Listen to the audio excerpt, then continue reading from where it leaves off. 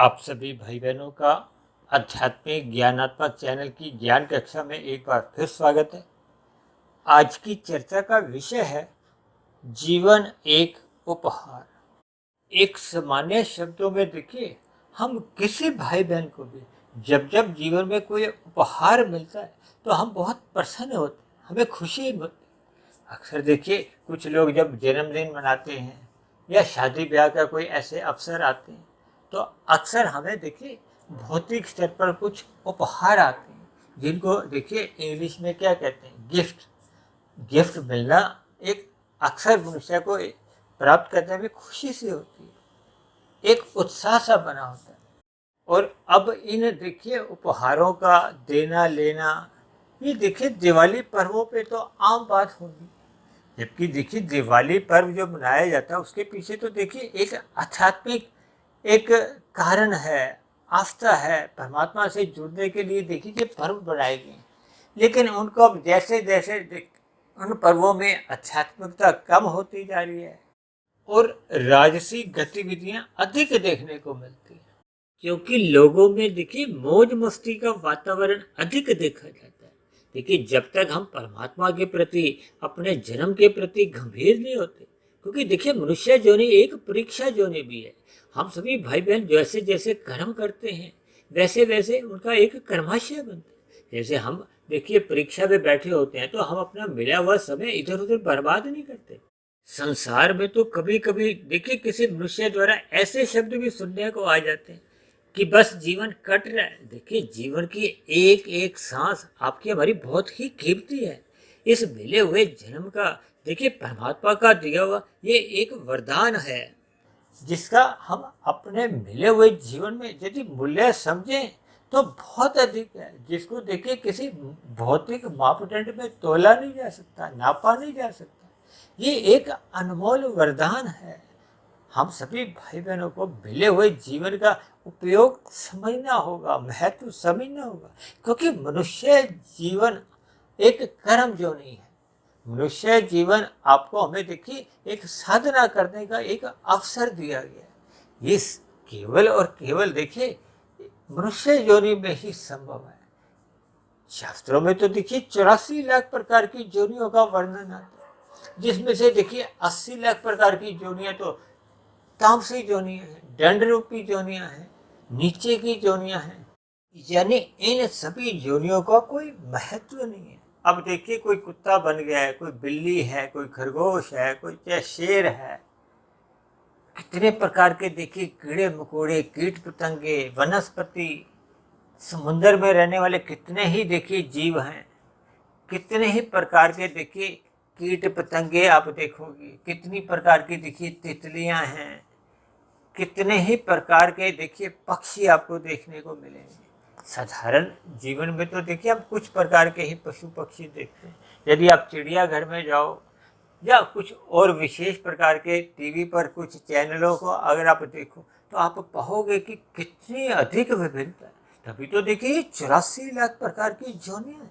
लेकिन इन सभी में केवल और केवल मनुष्य जोनि का ही एक विशेष महत्व है। उस विशेष महत्व का कारण है क्योंकि ये मनुष्य जोनि को कर्म जोनि कहा गया, साधना जोनि कहा गया। शास्त्रों में देखिए इस मनुष्य जोनि के अवसर को हम कहा गया कि ये आदि जोनि भी है और अंतिम जोनि भी आप बना सकते हो। अंतिम जोनि इस उद्देश्य से कि यदि हम वर्तमान मिले हुए जीवन में स्थूल शरीर के रहते रहते यदि हम मायातीत की स्थिति में पहुंच जाते हैं। मायातीत की स्थिति का अभिप्राय है कि आपके हमारे देखिए 3 शरीर होते हैं।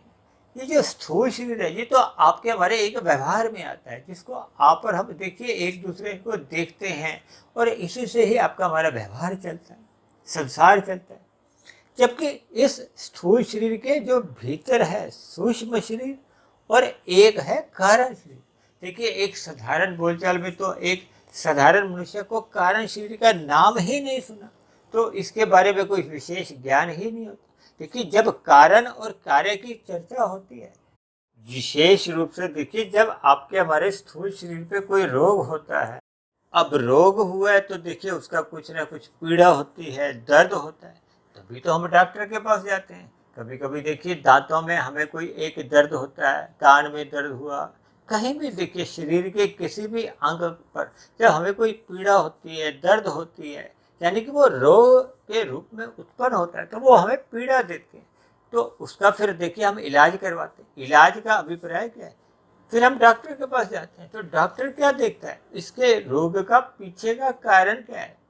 ये कारण ही तो देखिए, वो उस कारण को दूर करने का ही तो डॉक्टर एक उपाय करता है। उसी के लिए तो वो अपने एमबीबीएस के जो 5 वर्ष लगाता है, उन कारणों के ऊपर ही देखिए शोध करते हैं। इसी तरह आपके हमारे ये जो देखिए 84 लाख प्रकार की योनियों में जो बार बार हमें जो शरीर मिलते हैं, उसके पीछे का भी एक कारण है। वो कारण शरीर ही है, क्योंकि कारण शरीर में ही देखिए एक कर्माशय होता है। कर्माशय का अभिप्राय है कि मनुष्य योनि क्योंकि कर्म योनि है। परमात्मा ने, प्रकृति ने आपको हमें कर्म करने की एक स्वतंत्रता प्रदान की है, और शास्त्रों में ज्ञान दिया गया है कि कौन से कर्म करने से आपको हमें देखिए सुख मिलता है, कौन से कर्म करने से हमें देखिए दुख मिलता है। पुण्य कर्म करने से हमें सुख मिलता है, और विशेष प्रकार के पुण्य कर्म करने से हमें विशेष प्रकार के बड़े बड़े सुख मिलते हैं। ये सुख और दुख क्या है? देखिए जब हम पाप कर्म करते हैं, निषेध कर्म करते हैं, जैसे देखिए हम यातायात में निषेध कर्म कर जाते हैं, कार्य कर जाते हैं, तो आपका हमारा चालान कटता है। चालान कटना कहो, जब परमात्मा के यहाँ देखिए ये जो नीचे की जोनियों की ये जो दंड रूपी जोनियाँ हैं, ये भी तो देखिए मनुष्य जोनि में किए गए उन दंडों का कहो, उन उल्लंघनों का कहो, उन निषेध कर्मों को करने के जुर्म में, अपराध में देखिए आज वो नीचे की जोनियों में सजा काट रही। तो परमात्मा की देखिए एक विशेष कृपा सभी जीवों पे बनी रहती है, क्योंकि परमात्मा का देखिए एक दिव्य गुण क्या है कि वो एक विशेष प्रकार की कृपा रखते हैं, दया भाव रखते हैं। उनको सभी जीवों को देखिए, चाहे कोई धर्मात्मा है, चाहे कोई देखिए पापात्मा है, यानी कि वो पापी है, तब भी उस पर देखिए परमात्मा का एक दया भाव बना रहता है, क्योंकि परमात्मा देखिए एक न्यायकारी भी है। परमात्मा का न्याय देखिए एक आदर्श संगत होता है। सभी जीवों पर एक जो न्याय का जो एक प्रक्रिया रहती है, वो एक आदर्श रूप में रहती है। किसी के साथ देखिए परमात्मा कोई पक्षपात नहीं करता। इसीलिए तो मनुष्य योनि के पहले ही मनुष्य को देखिए इतना अधिक ज्ञान दिया गया है कि ये काम करो, ये नहीं करो, ये करो, ये मत करो। बार बार इस बात की देखिए एक चर्चाएं होती, और विशेष रूप से देखिए हम आध्यात्मिक ज्ञानात्मक चैनल पर पिछले तकरीबन 3.25 वर्षों से जो प्रतिदिन एक वीडियो दे रहे हैं, जो कि लगभग देखिए 900 से भी अधिक हो चुकी है।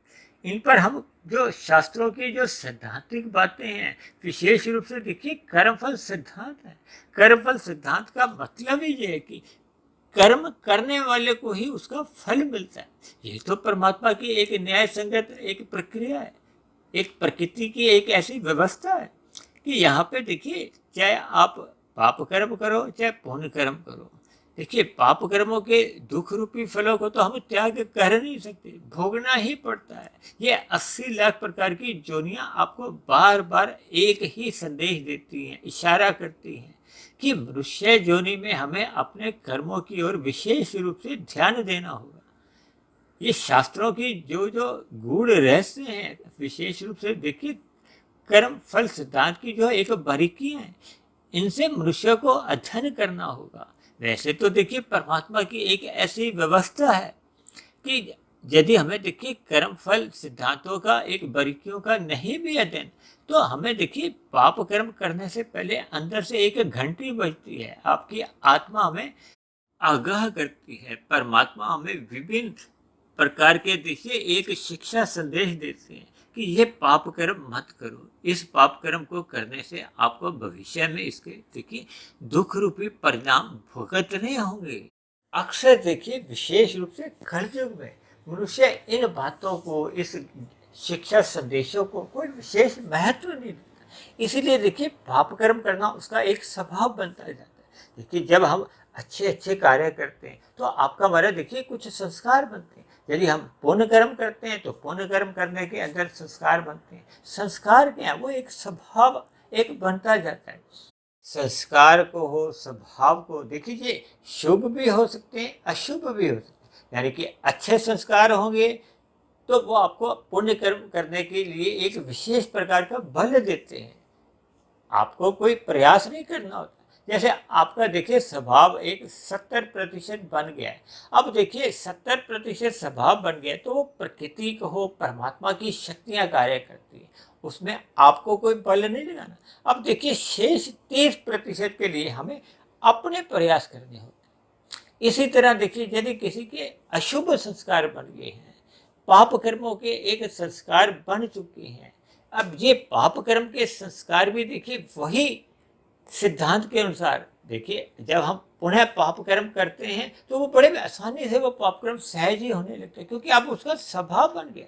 देखिए प्रकृति द्वारा हमें जो शक्तियाँ मिलती हैं वो देखिए दो प्रकार से होती हैं, अच्छे कार्यों में भी लगाती हैं, बुरे कार्यों में भी लगाती हैं। अब देखिए घर पे जो बिजली का एक प्रवाह आ रहा है, अब वो तो नहीं देखती, वो तो यंत्र का जैसा जैसा स्वभाव होता है वो वैसा वैसा कार्य करता है। अब बिजली का प्रवाह तो देखिए फ्रिज में आता है तो वो बर्फ जमा देता है, पानी ठंडा कर देता है। वही बिजली का प्रवाह को, विद्युत का प्रवाह जब गीजर में जाता है तो पानी उबाल देता है। अब देखिए ना, पानी का उबलना उसका स्वभाव नहीं है, लेकिन वो यंत्र का ऐसा एक स्वभाव है। इसीलिए हमें देखिए अपने स्वभाव को बिगाड़ना नहीं है। बिगाड़ने का अभिप्राय है कि हमें अपने मिले हुए जीवन में अपने जीवन की दिनचर्या सात्विक बनानी होगी। ये जो विषय भोगों की जो 5 भोग्य विषय हैं, गंध, रस, रूप, स्पर्श और शब्द, इन 5 भोग्य विषयों को हमें एक मर्यादा तक ही लेना होगा, अपनी आवश्यकता तक ही लेना होगा। यदि हम देखिए इनको रसपूर्वक इनका एक लुफ्त लेते हैं, मजे लेते हैं, रस पूर्वक हम इसको एक संग करते हैं, तो फिर देखिए वो रस बुद्धि वाले संस्कार आपके हमारे कार्य शरीर में बनने लगते हैं। देखिए कहते हैं ना, जब हम इन विषयों का स्वाद लेते हैं, रस लेते हैं, तो फिर वैसे वैसे संस्कार बन जाते हैं। वो संस्कार पुनः बार बार हमें देखिए उन विषय भोगों का संग करने को प्रेरित करते हैं, बाध्य भी कर देते हैं। देखिए कभी कभी आप देखोगे ना, किसी का देखिए शराब पीने का स्वभाव बन गया, अब वो शराब पिए बिना रह नहीं पाता, क्योंकि अंदर से संस्कार ऐसे बन गए, वो उसको पुनः पीने के लिए एक बाध्य कर देते हैं। देखिए इन सभी स्थितियों को आप भली भांति समझते हैं, क्योंकि शास्त्रों में देखिए एक तकनीकी आधार पे विभिन्न प्रकार के देखिए एक सिद्धांत बने हुए हैं। उन सिद्धांतों से देखिए हमें अपने जीवन को संवारना चाहिए, उनका हमें यथार्थ ज्ञान लेते हुए ये जो प्रकृति की जो 3 गुण है, तमोगुण, रजोगुण और सतोगुण, इन गुणों के स्वभाव को हमें पहचानना होगा। देखिए हम जिस गुण का जितना जितना संग करते हैं, फिर वैसे वैसे उन गुणों के देखिए स्वभाव को, लक्षण को सहज ही आपके हमारे स्वभाव में आने लगते हैं, वैसा ही आपका हमारा अंतःकरण बनने लगता है। अंतःकरण क्या है? देखिए मन और बुद्धि ये सूक्ष्म शरीर के हिस्से हैं, ये जो अहंकार है ये कारण शरीर का हिस्सा है। जैसा जैसा आपके हमारे देखिए कारण शरीर में संस्कार बन जाते हैं, देखिए कारण शरीर को कर्ता भोक्ता के नाम से भी समझा जाता है। हम जैसे जैसे देखिए कर्म करते हैं, वैसे वैसे एक समय के बाद हमें फल आते हैं। तभी तो देखिए कारण शरीर को कर्माशय से भी जोड़ दिया जाता है, संस्कारों से भी जोड़ दिया जाता है, स्वभाव से भी जोड़ दिया जाता है, प्रकृति से भी जोड़ दिया जाता है। तो इन सभी बातों से हमें देखिए अपने मनुष्य जीवन के महत्व को समझना होगा, क्योंकि देखिए मनुष्य जीवन के अलावा जितने भी जोनि हैं उनको भोग जोनियां कहा गया, क्योंकि मनुष्य जोनि को एक आदि जोनि कहा गया, क्योंकि मनुष्य जीवन पाकर हम जैसे जैसे कर्माशय बनाते हैं, जैसे जैसे हम कर्म करते हैं, देखिए शास्त्रों के अनुसार यदि हम कर्म करते हैं, यदि हम तमोगुण में रह के कर्म करते हैं तो वो पाप कर्म है, पाप कर्मों का आपका हमारे कर्माशय बनता जाता है। यदि हम रजोगुण में रहते हुए कर्म करते हैं तो वो एक साधारण पुण्य कर्म होते हैं, उसमें देखिए हमारी कोई विशेष उन्नति नहीं होती। लेकिन जब हम परोपकार के कार्य करते हैं, सात्विक दिनचर्या रखते हैं, सत्वगुण में रह के कार्य करते हैं, तो ऐसे किए गए पुण्य कर्मों के हमें देखिए विशेष प्रकार के सुख सुविधा के साधन मिलते हैं, जीवन में अनुकूलताएं मिलती हैं, समाज में हमें मान प्रतिष्ठा जैसे मिलता है। और दूसरी बात, जब हम देखिए निष्काम भाव से कर्म करते हैं, जिसको भगवान श्री कृष्ण ने अर्जुन को माध्यम बनाते हुए हमें कर्म योग करने की एक निष्काम कर्म करने की एक सलाह दी है कि हमें इन प्रकृति के गुणों से बंधना नहीं है, क्योंकि प्रकृति के गुणों से जैसे जैसे मनुष्य बंधता जाता है तो फिर वो बंधन ही हमें देखिए 84 लाख प्रकार की जोनियों में, चाहे ऊपर की जोनियां हो, चाहे नीचे की जोनियां हो, चाहे मनुष्य जो मन, देखिए किसी भी जोनी में हमें एक शरीर मिलता है और शरीर अपने आप में एक बंधन है, क्योंकि सुख भोगने के लिए भी शरीर मिलता है तो दुख भोगने के लिए भी शरीर मिलता है। ये शरीर देखिए सुख भी भोगता है और दुख भी भोगता है। जब जब हम देखिए साधना करते करते ये जो जन्म मरण का जो एक बंधन है वो कारण शरीर है। देखिए जब हम कारण को समाप्त कर देते हैं, जैसे डॉक्टर आपके मरे रोग का इलाज करते करते उस कारण को समाप्त कर देता है, जड़ से समाप्त कर देता है, तो फिर वो रोग भी धीरे धीरे समाप्त हो जाता है। इसलिए देखिए हम सभी भाई बहनों को ये मिला हुआ जो जीवन है, देखिए आपको और मुझे ये जो उपहार रूप में परमात्मा ने ये मनुष्य योनि दी, इसका हमें सदुपयोग करना चाहिए। हमें शास्त्रों के अनुसार अपनी दिनचर्या बनानी होगी, हमें विषय भोगों की कामनाओं से बचना होगा। अपनी दिनचर्या देखिए एक आवश्यकताओं की पूर्ति के लिए ही मात्र पुरुषार्थ करना चाहिए और शेष समय को देखिए हमें साधना में लगाना चाहिए। देखिए साधना जितने जितने स्तर पर हम कर लेते हैं, यानी कि जितने जितने अनुपात में हम साधना कर लेते हैं, फिर वो आपके मरी की गई साधना देखिए सुरक्षित बनी रहती है। यदि हम मनुष्य जीवन पाकर हम मायातीत की स्थिति में नहीं भी पहुंच पाते, यानी कि कारण शरीर को यदि हम समाप्त नहीं भी कर पाते, देखिए अब मैं आपको एक बात उदाहरण से समझाने जा रहा हूँ कि आप अपने स्थूल शरीर को देखिए क्वार्टर फाइनल से समझो। जैसे मैच होते हैं ना, हॉकी के मैच होते हैं, फुटबॉल के मैच होते हैं, या और भी प्रकार के जो मैच होते हैं, तो क्वार्टर फाइनल होता है, सेमीफाइनल होता है, फिर फाइनल मैच होता है। और फाइनल में जब मनुष्य जीत जाता है तो फिर एक विशेष प्रकार की उसको एक उपलब्धि हासिल होती है। इसी तरह आप अपने इन तीन शरीरों को भी देखिए क्वार्टर फाइनल से, सेमीफाइनल से और फाइनल से जोड़ सकते हैं।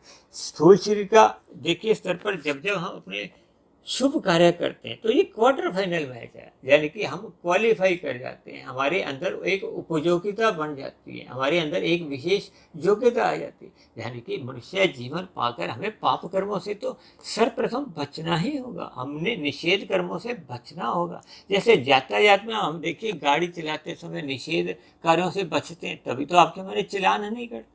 उसी तरह देखिए मनुष्य जीवन पाकर यदि हम पाप कर्म नहीं करते तो आपको भी हमें देखिए फिर नीचे की जोनियों में जाना ही नहीं पड़ता। वो नीचे की जोनियों में वो जो चलान कहो, पाप कहो, वो भुगतने ही नहीं पड़ते। इसी तरह देखिए मनुष्य जोनि को कहा गया कि सत्संग करना चाहिए। यदि मनुष्य मिले हुए जीवन में देखिए ब्रह्म मुहूर्त का संग करता है, देखिए शास्त्रों में वर्णन आता है ना कि प्रभात फेरियां निकलती थी। प्रभात का अभिप्राय देखिए सुबह से होता है, ब्रह्म मुहूर्त से होता है। जब हम ब्रह्म मुहूर्त में परमात्मा का संग करते हैं, देखिए प्रभात फेरी निकलने का एक अभिप्राय क्या था, उद्देश्य क्या था कि मनुष्य ब्रह्म मुहूर्त में उठ जाए, उसको परमात्मा का ज्ञान विज्ञान समझ में आ जाए, वो अपने ब्रह्म मुहूर्त के समय को साधना में लगाए। और यदि मनुष्य उस समय विशेष में देखिए सोया रह जाता है, एक कहावत है ना, जो सोवत है सो खोवत है, जो जागत है सो पावत है। यानी कि जब तक हम देखिए हम प्रकृति के ही एक ब्रह्म मुहूर्त का, जो कि एक सत्वगुण की एक शुद्धतम अवस्था होती है। देखिए प्रकृति के जो तीन गुण है, तमोगुण, रजोगुण और सत्वगुण, शास्त्रों में ही कहा गया कि तमोगुण से 10 गुना अच्छा तो रजोगुण है, अब रजोगुण से भी 10 गुना अच्छा सत्वगुण है। इसी को तो मैंने देखिए अंकों से एक परिभाषित दी है, तमोगुण को 1, रजोगुण को 10 और सत्वगुण को 100। अब देखिए हम संसार में भी आर्थिक दृष्टिकोण से भी एक एक के सिक्के उठाना तो पसंद नहीं करते ना, 10-10 के सिक्के भी उठाना पसंद नहीं करते। हम क्या चाहते हैं कि हमें 100-100 के नोट मिले। फिर देखिए हम चाहते हैं कि हमें 1000-1000 के, 2-2 हज़ार के नोट मिले। देखिए मैंने 100 से आगे का सूत्र क्या दिया, 1000, जो कि विशुद्ध सत्वगुण एक सत्ता है। विशुद्ध सत्वगुण देखिए आत्मा के लिए कहा जाता है, परमात्मा के लिए कहा जाता है। तो इन सभी बातों को हमें देखिए यथार्थ रूप से लाभ हानि के दृष्टिकोण से भी देखिए हमें परमात्मा का एक सम्मुखता लानी होगी। परमात्मा की सम्मुखता केवल और केवल मनुष्य जोनि पाकर ही संभव है। मनुष्य जोनि पाकर जैसे हमें कर्म करने की स्वतंत्रता मिलती है, वैसे ही हमें साधना करने का एक अवसर मिलता है। अब संसार में क्या देखा जा रहा है, देखिए लोग दिन में देखिए विषय भोगों की गलियों में ही घूमते रहते हैं। इसी के लिए ही धन कमाने के लिए भाग दौड़ में रहते हैं, और इसी भाग दौड़ में मनुष्य देखिए अन्य मनुष्यों के साथ विभिन्न प्रकार की छल कपट ठगी हेरा फेरी करता है कि मैं अधिक से अधिक धन कमाऊं, अधिक से अधिक धन कमाकर मैं विषय भोगों का अधिक से अधिक सेवन करूं, भोग करूं। तो इन सभी स्थितियों में देखिए मनुष्य का तमोगुण बढ़ता है और रजोगुण बढ़ता है। सतोगुण दोनों ही स्थितियों में देखिए कमजोर होने लगता है, क्योंकि जब जब देखिए हम एक के सिक्के को या 10 के सिक्के को ही अधिक महत्व देते हैं, तब ऐसी स्थिति में देखिए हम तभी महत्व देते हैं जब हम सतोगुण के महत्व को समझते नहीं हैं। यानी कि जब हमें देखिए 100 के नोट की तुलना में 1 का सिक्का अच्छा लगता है और 10 के सिक्के अच्छे लगते हैं, तो इसमें तो देखिए कोई समझदारी नहीं, ये तो बचपन है ना। देखिए एक बच्चे के आगे यदि 1 का सिक्का रखो, 10 का सिक्का रखो या 1 नोट रखो, हो सकता है वो 1 का सिक्का भी उठा ले अज्ञानता में, क्योंकि उसको तो बोध नहीं।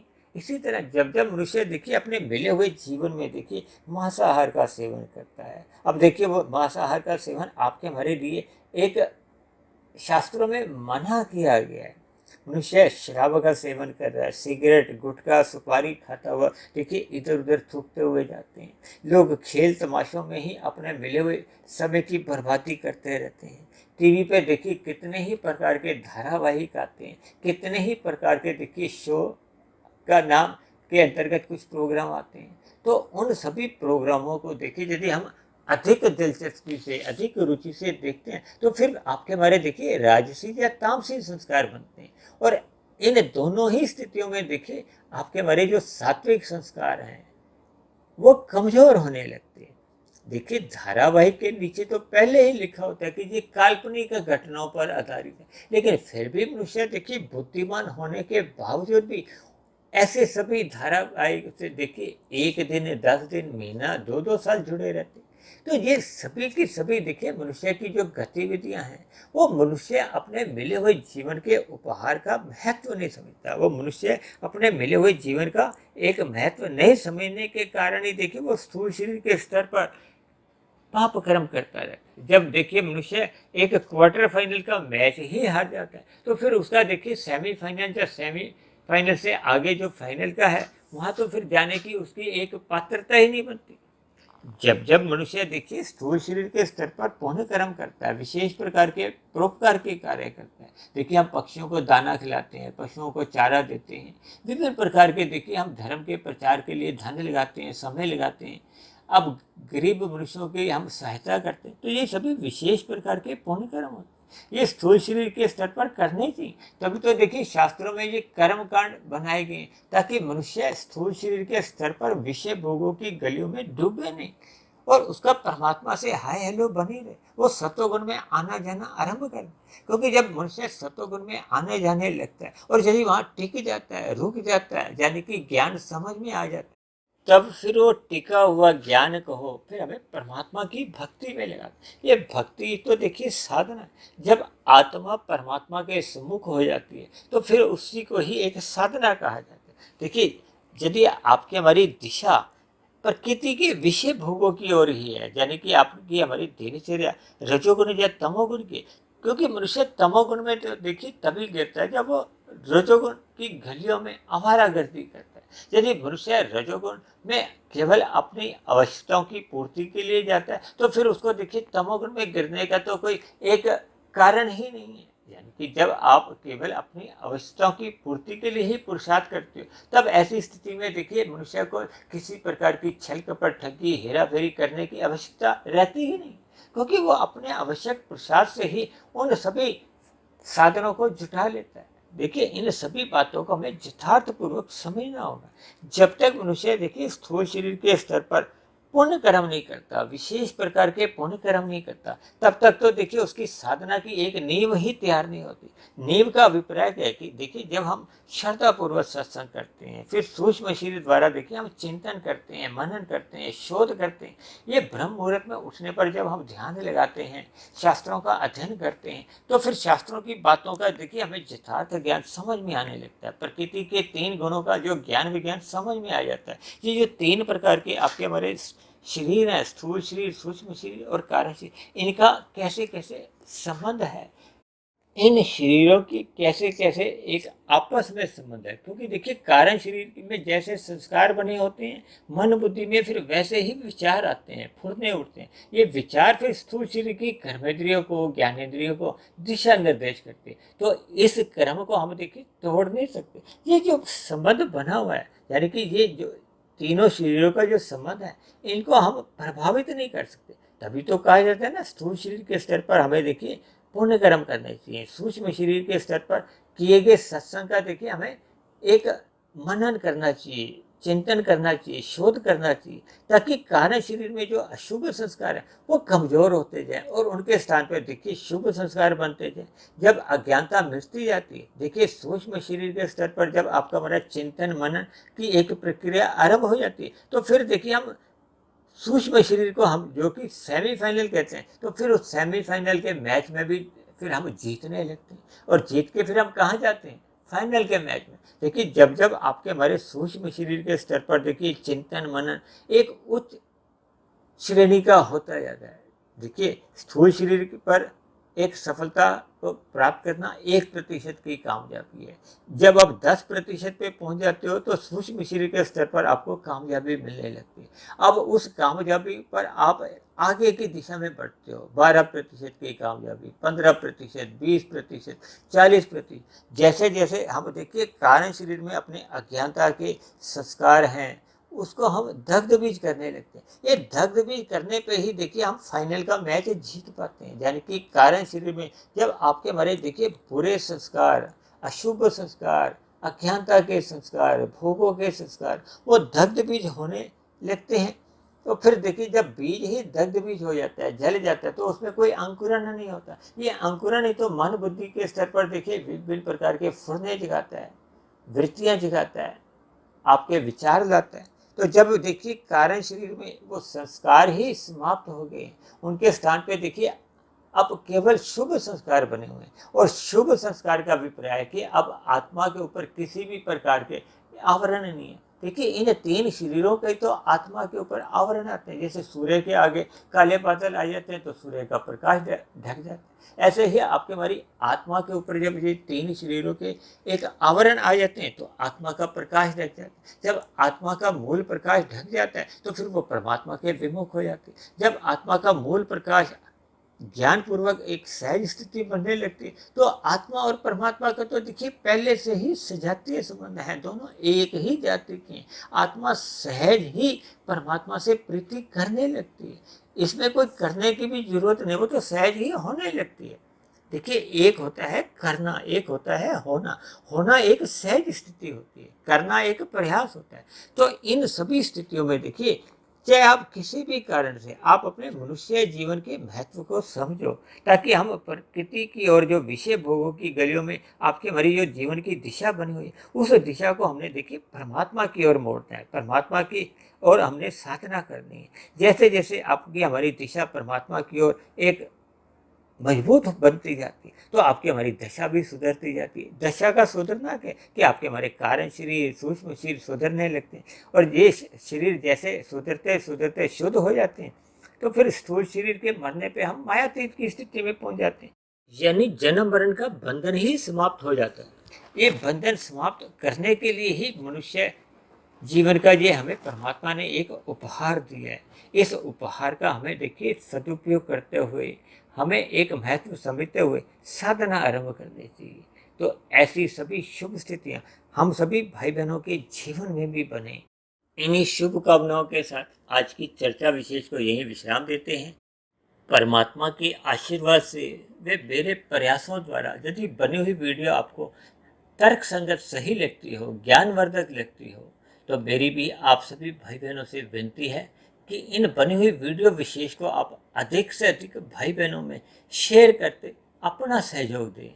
यदि वीडियो संबंधित आपके मन में कोई प्रश्न हो, जब मेरे आध्यात्मिक ज्ञानात्मक चैनल के प्रति आपके मन में कोई सुझाव हो, जब मेरे कहे गए शब्दों पर आपको किसी भी प्रकार की कोई शिकायत हो, तो आप नीचे दिए गए कमेंट्स बॉक्स पर जाकर अपने प्रश्न, अपना सुझाव या अपनी शिकायत भी लिख सकते हो। तो चर्चा विशेष को अब यहीं विश्राम देते हैं।